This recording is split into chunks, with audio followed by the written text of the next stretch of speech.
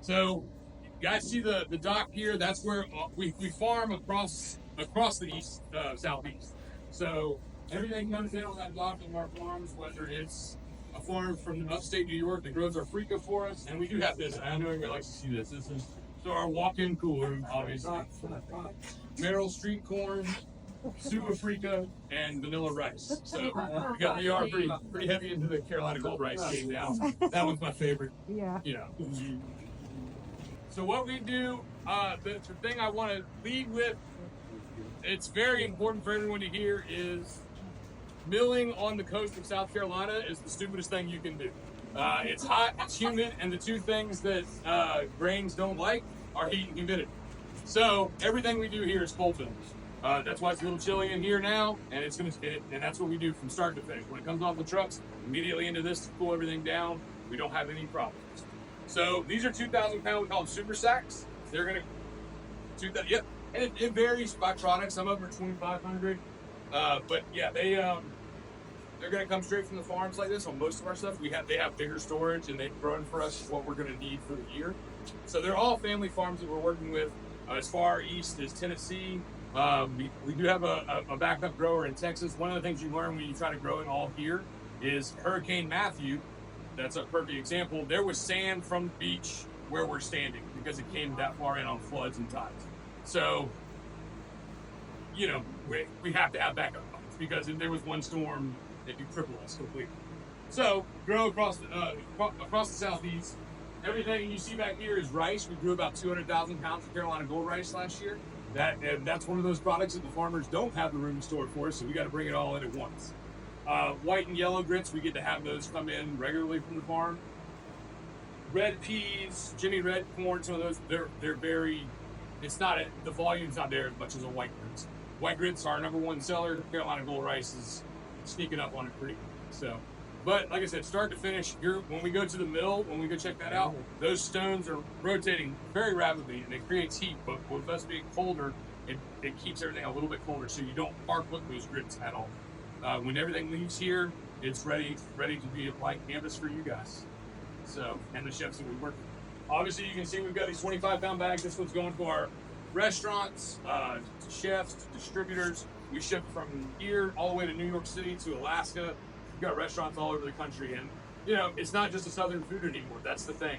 You know, when I Google restaurants to see in a new place that I'm trying to sell into, it's New American. That's what it's called. It's New American cuisine. So it's pretty fun, but it's got a place in my heart for the South because we did it best. So we'll head over here and we'll see the grain bins real quick.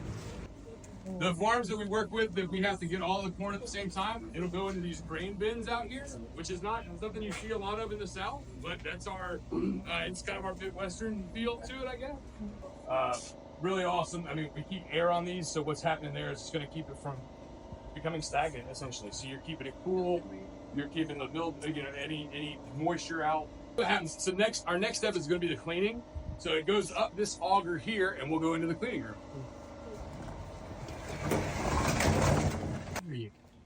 So this is the cleaning room. This is where everything comes from that we grow with our local farmers, so we can clean it here for them.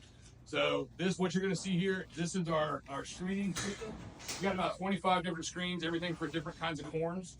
What's going to happen is these shake pretty violently, is the best way to put it. And your corn's going to go through, but your rocks, your cob, anything else that might be in there, stalk that's left over, won't make it through. So that shakes here. This is just a smaller version of it. This is what we use on our peas to get the rocks out. And what you'll see that's not here is color sorters and stuff like that. You go to, I hate to say it, they want every Rice Krispie to look the exact same color, weight, all that. We don't do that here. Nature doesn't intend on that. So your red peas are going to be a little bit, you might have some darker, you might have some lighter.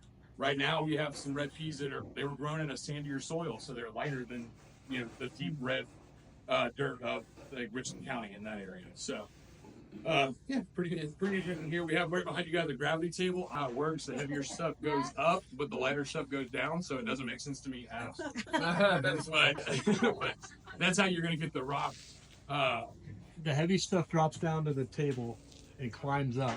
The light stuff slides over the top. So the rocks so we come all up. learn something together. So we have in here, this is our packaging room. So the story, quick story I like to tell about packaging is that's kind of the rule here. Is the first week you're here, everybody works in packaging, no matter what your job is. You're going to spend a little bit of time here. What I learned from that is we have Marcy in there now, and Dee Dee, who you guys will actually meet later. I worked with her first. We have something called an all fill machine, and what happens is it knows there's a bag there, and it pumps 1.5 pounds of product, whether it's peas, grits, cornmeal, boom, 1.5 pounds, and it's a machine. Marcy, Dee Dee, everybody else has been faster than the machine. Where they just know what 1.5 pounds feels like, and it's amazing to see it go on the scale, and it's 1.51, right there. So it's really awesome what they're doing in here. We're gonna just kind of pop your head in real quick, and you can see what's going on. We got Alex and Marcy in here. So, like I said, she's crushing it on the machine, but she's still faster than the machine.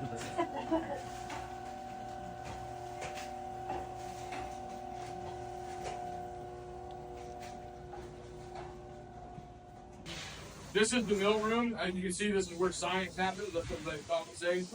We'll go in here, and right to your left is this big room. We'll sneak in there, and it's a little bit quieter. We can talk about what's happening. Okay.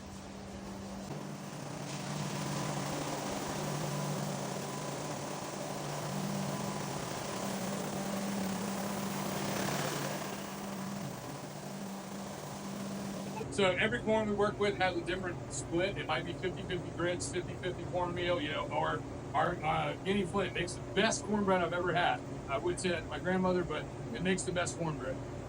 It only produces about 20% cornmeal and 80% grits. So it's a delicious corn, but it's just harder to do. So so that screen, it thumps it. You'll see some thumpers in there, and it spins it down that way. Your grits make it to the end because they're heavier. Your cornmeal falls out first, and the very end is the bran. And what you'll notice, and I know you guys saw them out front, and there's a bag in here, it's bran. We are a zero waste facility. We have a dumpster outside. It only gets dumped every 3 weeks because we don't produce trash. That bran goes to feed hogs. It goes to feed pigs. We are a full circle.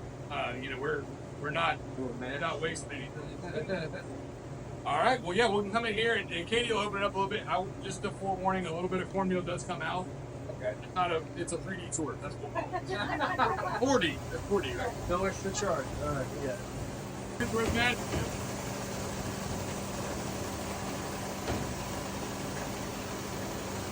Those numbers knock it down and close up the cornmeal here.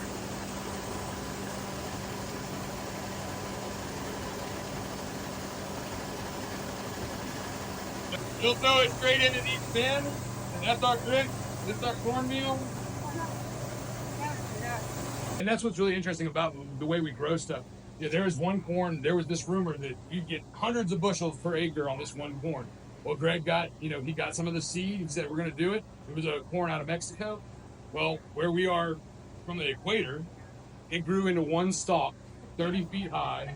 Well, we can't do anything with that. So, it sounds good. There's all these dreams, but we found the spots that the corn that works for us. So again, all heirloom grains, all are going to test non-GMO. We do have organic certifications as a handler and the grower. So our blue and pink are certified. If you add a little bit of lemon or lime to those while they're cooking up, they will just explode with color.